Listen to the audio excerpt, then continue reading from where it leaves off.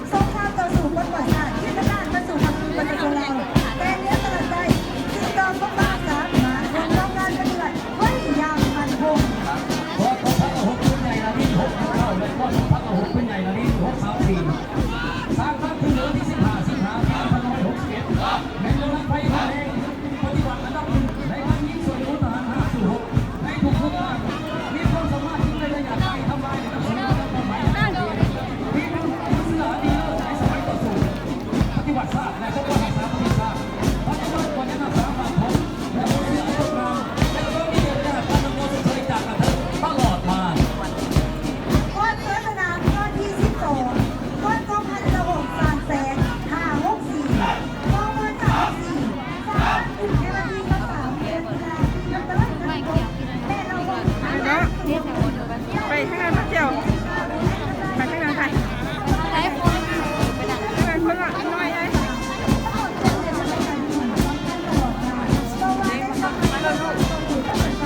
ไปได้คิวได้ทำงานประโยชน์เป็นป้องกันก่อใสแข็งและต้านแดด คนละหุบสื่อสาร2 สังเกตกองพันสื่อสารได้หับการสืบทอดจากกองพันสื่อสารเป็นหลอดร้อนได้ยกระดับเป็นกองพันในวันที่6 เดือนมิถุนายนปี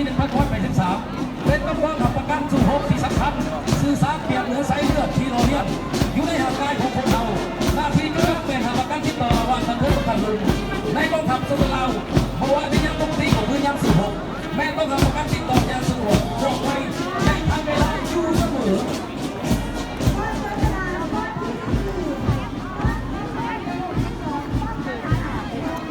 อย่ากันจองอย่ากันจอง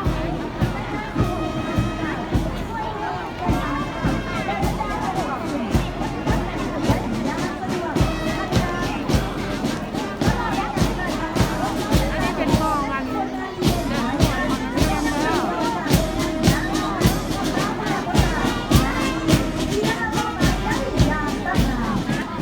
คนกำลังนักเรียนจากโรงเรียนมัธยมสมบูรณ์สิงห์เพชร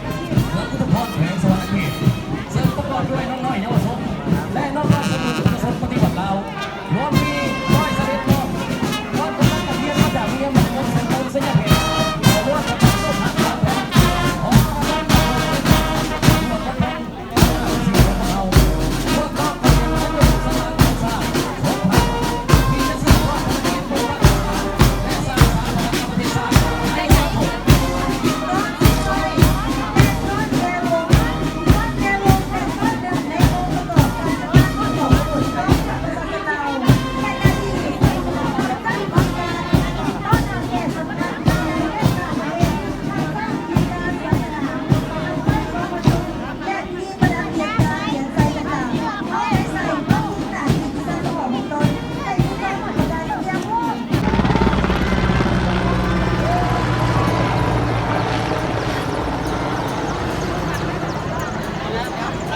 พี่น้องคือตอนนี้เพิ่นกำลังโดนจ้องลงมาแต่เขาก็ยังบ่เห็น มันจับมันโดดมันเข้าไม่มันอ้ายนะทหารมันจับมันไปเลยจับแกดู ลงมา3 คน ลงมาแล้ว ลงมาแล้ว ทรายบ่ ต้องถือว่าถนนทางนี้เป็น2,000 เมตร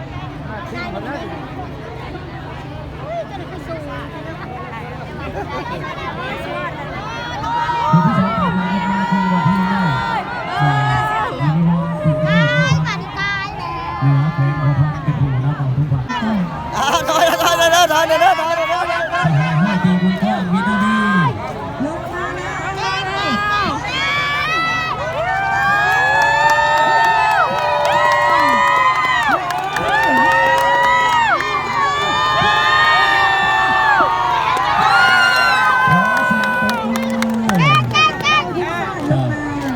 และผู้ที่สองคือว่าที่น้อยมณีวรถิ่นกำเนิดเมืองซ้ำเหนือแขวงหัวพันเป็นผู้นำเอาทุ่งผักลงมา ตอนนี้กำลังตั้งท่าอยู่ทางที่ใต้กำลังจะลงสู่สนาม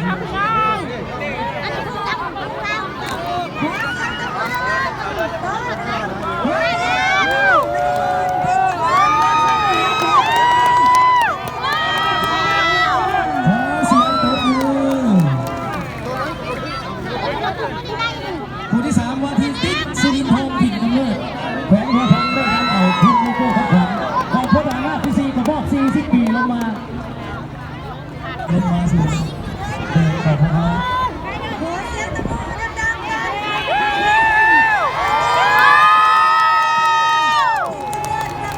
แพงเสียงหวง ผู้ที่สองคือว่าที่นักบอลใจมีภาษาถิ่นกำเนิดม่วงคำแขวงเส้นขวาง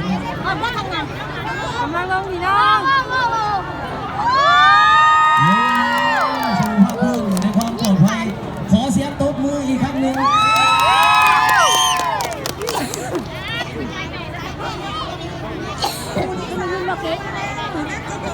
เฮ้ยขับก็หมุนนี่มัน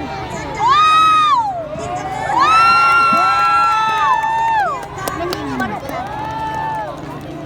สาวเสียงหวง สาวเชียงควงคุณสาวเชียงควงคุณ ผู้ที่สี่กำลังต่วยดาเข้าสู่สนาม ทรายเลยมันยิงสาวเชียงควง อีก2 คนกำลัง มันไปแล้ว ดึงตัวลงมาแล้ว มันยิงกับกันเลยกันดิมันยิงกับกันนี่ นักกีฬาผู้ที่สี่นั้นคำแพงขันติสุขถิ่นกำเนิดขอเสียงตบมือ มันฆ่าก็ไม่หมดจักกูนั่นนี่โอ้ยมันฆ่ากูฆ่าหน้ากายเอาไปเอานะอย่าไปต้องเสียนะอย่าไปต้องเสียนะ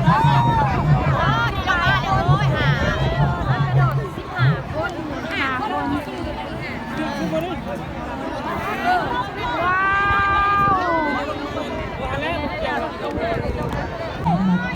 ผู้ชมผู้ที่มีผ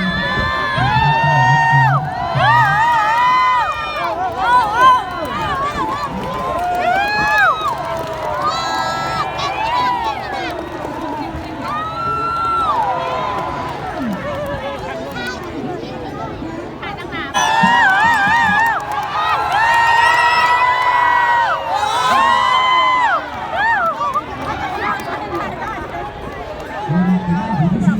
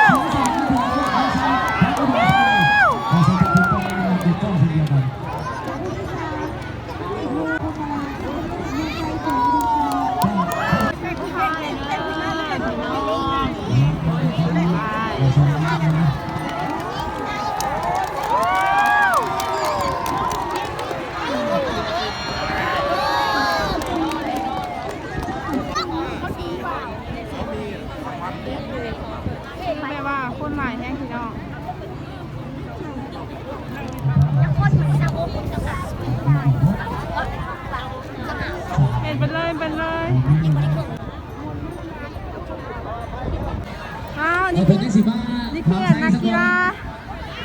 โดดจ้องเด้อ นี่แล้วก็ลูกแม่มันร้อยลานี่ละโอ้ย นี่คือนักกีฬาโดดจ้อง อย่า เด้ เฝ้าอย่าเฝ้า อ แท็กได้เลยแท็ก ทั้งน้อยๆหรือว่าพ่อแม่ประชาชนเขายิงนมชาวนมอย่าเฝ้าเขาไปหาเพื่อนเด้อให้เพิ่นมาตัวหนาความใส่สะก่อน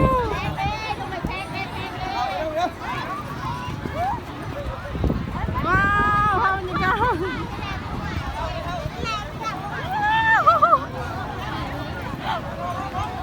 ขณะที่นำในงานแสดงหัดได้ในรักษาการโอพัฒนาที่สี่ของพวกเราในครั้งนี้เนาะคือที่นำในทางพระเอกเพลงชั้นสุดเป็นสัปดาห์ในทางพระเอกที่นำในงานไทย เอาผ่านลูก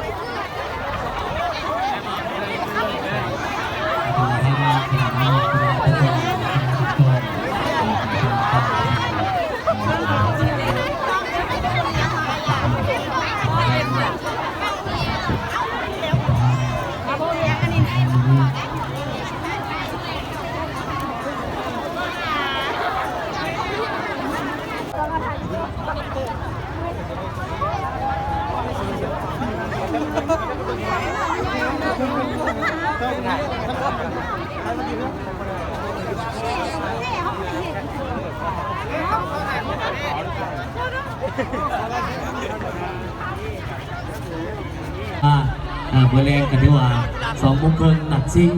เนาะทั้งบัตรเต็กและทั้งบัตรส่งที่พวกเราได้ทำการแข่งขัน